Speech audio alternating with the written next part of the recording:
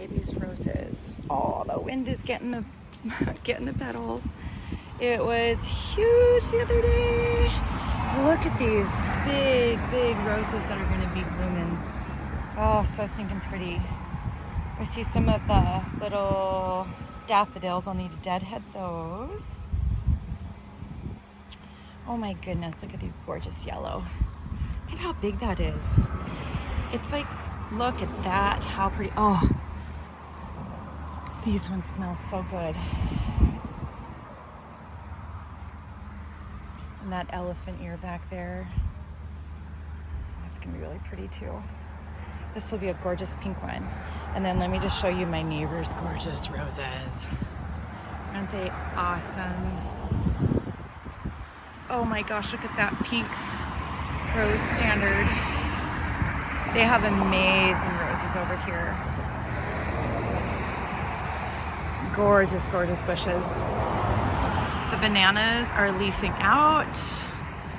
This is going into year 2 of being in this location, and they absolutely love it. My little pygmy date palm, also year 2. So pretty much everything in here, minus the roses, are going into just starting year 2. These were first year daffodil.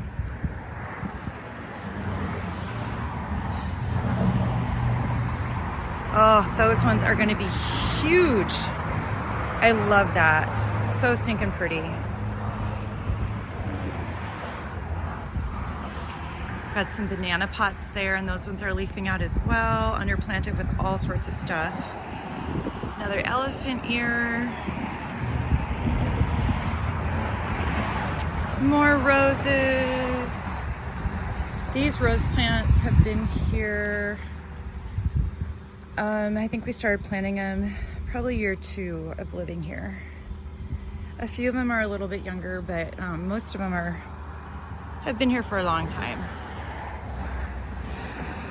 They really started doing well when the neighbor to our west cut down their trees. So they started to get more sunlight, and they just loved it. Okay, let's zoom in on this one. Look at that. Look at the size of this one. It is literally the size of my hand. It's so pretty.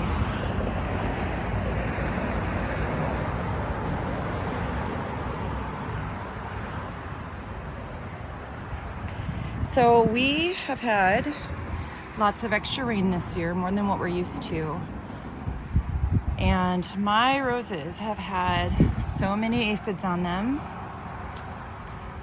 I'm trying to find, not all of them, but I'd say the majority of them have aphids. So I was coming out here and spraying them down with the center option on my hose, and wiping them down. All these, see the little aphids on my finger? But then look what happened. They got white powdery mildew, and I don't know. I mean, I'm assuming it's because I was spraying them down with the extra water and trying not to use like a pesticide. But look at that. It's just gross. I don't know, can you see the aphids on there?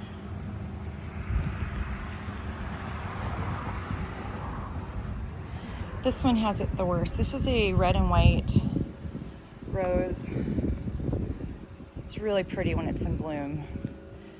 That one was definitely one of the very first roses we planted here. As you can see, my sweet pea are still going strong once we put that trellis back up. But we had winds probably 2 weeks ago that knocked it almost all the way down. Okay, this white rose is so pretty, and I'm not really sure what variety this is. I guess I just always assumed it was an iceberg. But I keep hearing that iceberg are supposed to have a scent, and this does not. This was given to me by my neighbor next door who has the gorgeous roses. But let me show you how these blooms look amazing. Oh, they're so pretty. But this is what I really wanted to show you. So despite all the aphid pressure, and I'm talking, these are covered in aphids. Let me get closer. Try to zoom in on that. You know, still though, the blooms look great. And I noticed someone had posted on one of the Bakersfield gardening groups that they don't really damage their roses. So I kind of got a little bit lazy about coming out and spraying them. Not just lazy, but honestly, it was worrying me that I was getting that powdery mildew. So I had to kind of like, okay, what's worse, powdery mildew or aphids? I honestly don't know, but I'm leaving the aphids. Okay, this is a salvia. Gets beautiful, beautiful, huge and purple. I love this. This is carpet or blanket flower or something. I'm not sure, the Gallardia, I think it's called, something like that. Isn't that so stinking pretty? I planted this in the ground last year and I just love how big it's gotten. And it just keeps growing. It's a beautiful perennial. My lavender is, huge, absolutely huge.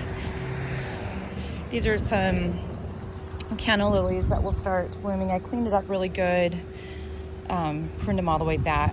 These will be a really light yellow. These ones over here will be a pinkish red. More pink on that cool tone of red color. Another giant lavender. The one in the middle is Gora.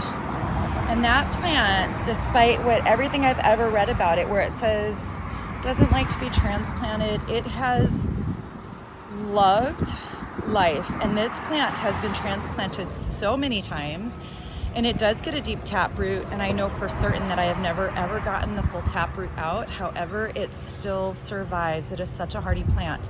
It doesn't look like much, just because it hasn't gotten its beautiful wispy, almost butterfly-like little flowers, light pink flowers that it'll get, and it's very whimsical. Anyhow, that plant is awesome. I would suggest it if you live in, you know, a hot climate like we live in. Very drought tolerant, just hardy. Look at the show of sweet peas from this side. Oh, next to the lavender like that. And honestly, look at all those colors in there. I obviously could not have planned this, which, you know, I don't plan anything I plant. I just throw things in where I think, I don't know. I don't really have a grand view of things, right? Okay, so there's some echinacea, and I'm so happy to see that this little guy is fighting. We actually are so hot here in the summer that, you know, I'll see blooms until it gets just really hot, and then it just almost burns up. So it's really exciting to see this right now because I just love it. I think it's so pretty. Such a pretty plant. Okay, so this is a lavender that was planted at the same time as the other two, but I did a hard prune on this. I want to say early fall, and I actually love the compact mounded, you know, look that it has, which I think Laura from Garden Answer does that. Honestly, I hope I'll still be able to do these ones and clean them up. I'm gonna just do a nice hard prune on them so that they're not so wild and crazy. Okay, more sweet pea plants. These are Dianella, I believe they're called. And look at those sweet little blue. Those will all start opening. Aren't they cute? They kind of look a little messy, but when they start opening, they'll be that really pretty light blue. There are my dogs in there watching me. There's Breezy. I don't know if you can. Oh, there's Basil. Can you see the poodle in the picture? And there's Zabumathu sitting on their couch perch. Okay, more sweet peas and just some annuals that I planted, which the Dusty Miller, that should grow pretty huge and not even be an annual here for us. It almost will grow into a bush is what I'm finding. Okay, these back here are some foxglove that I planted from starts I got from a local nursery, and I am so excited to see how these will look. I wanted the height, you know, because the sweet pea won't be here for very long, but I wanted that height in that back, you know, in the backdrop. So hopefully, although honestly, I think I maybe planted these snapdragons. I think these ones might be the ones that get 36 inches tall or something. Hopefully hopefully the foxglove will get taller back behind there.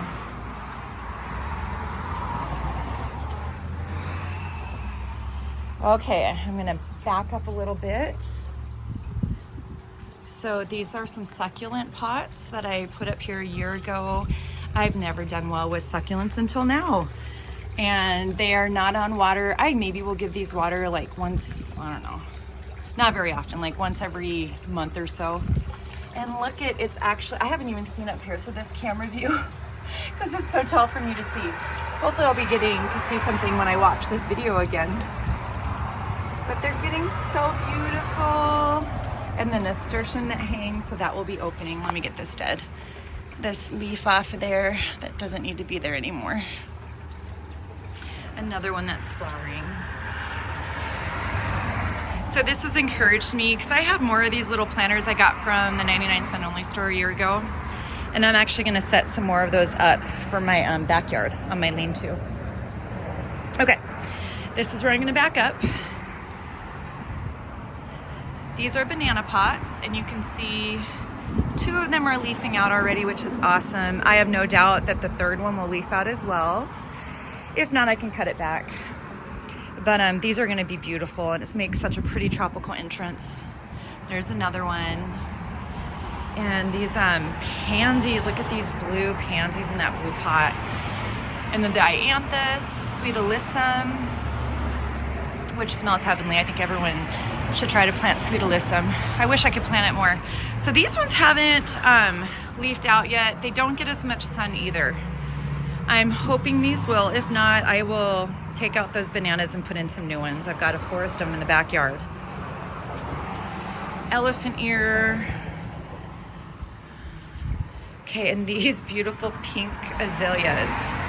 I got these from Winco for $4.99, and they're amazing. I've just left them there. They've gotten a little bit tan. You can see on the blossoms from being in the sun. I keep moving them, but I think this is a good location for them now.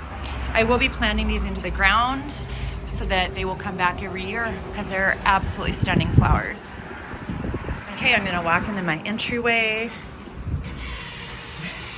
Yes, I have 5 dogs. 3 of them live inside the house, and they will take off. Well, we're working better on that. We're working on that to keep them from getting so excited. Okay, so here's some pothos and my fountain, newly set up. We haven't gotten the electrical put in yet, but Brad will be setting up an outlet, and we can run that too. And of course I have my pothos vines because I'm guessing they'll take root in there. Propagate. There's a couple little things I have in here. And my little, I guess this is a begonia. I just got this for the first time. I believe Sam's Club had these. Maybe it was Costco. Anyways, I'm looking forward to seeing how that will do. And that's the front. Well, let me show you my cute little bee.